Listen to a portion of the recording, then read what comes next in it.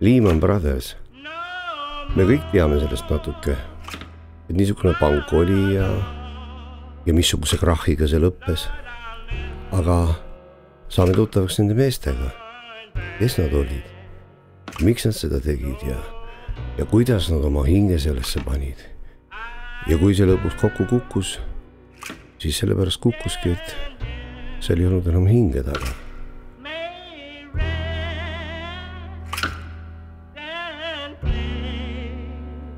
No see on mõtlemise koht meile kõigile, et kui me ootame igal õhtul AK-st uudist, et meie sisemajanduse koguprodukt SKP on tõusnud, jälle tõusnud, et kuhu tal lõpuks tõusta on?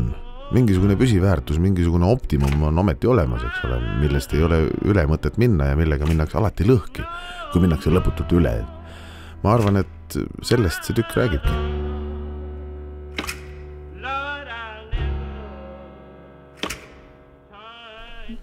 See materjal kubiseb kõik võimalikest vihjetest Vana Testamendi lugudele, alates maailma loomisest, Paabeli torni ehitamisest, veeuputusest, võitlusest Goljatiga.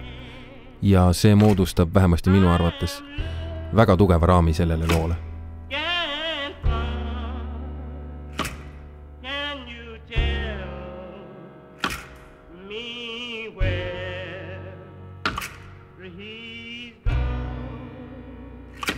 See on väga suur, võimas, eepiline lugu. Võiks isegi öelda, et kaasaegse kapitalismi ajalugu. Ometi on autor suutnud säilitada selle kõige juures väga inimliku ja isikliku, isegi intiimse puudutuse.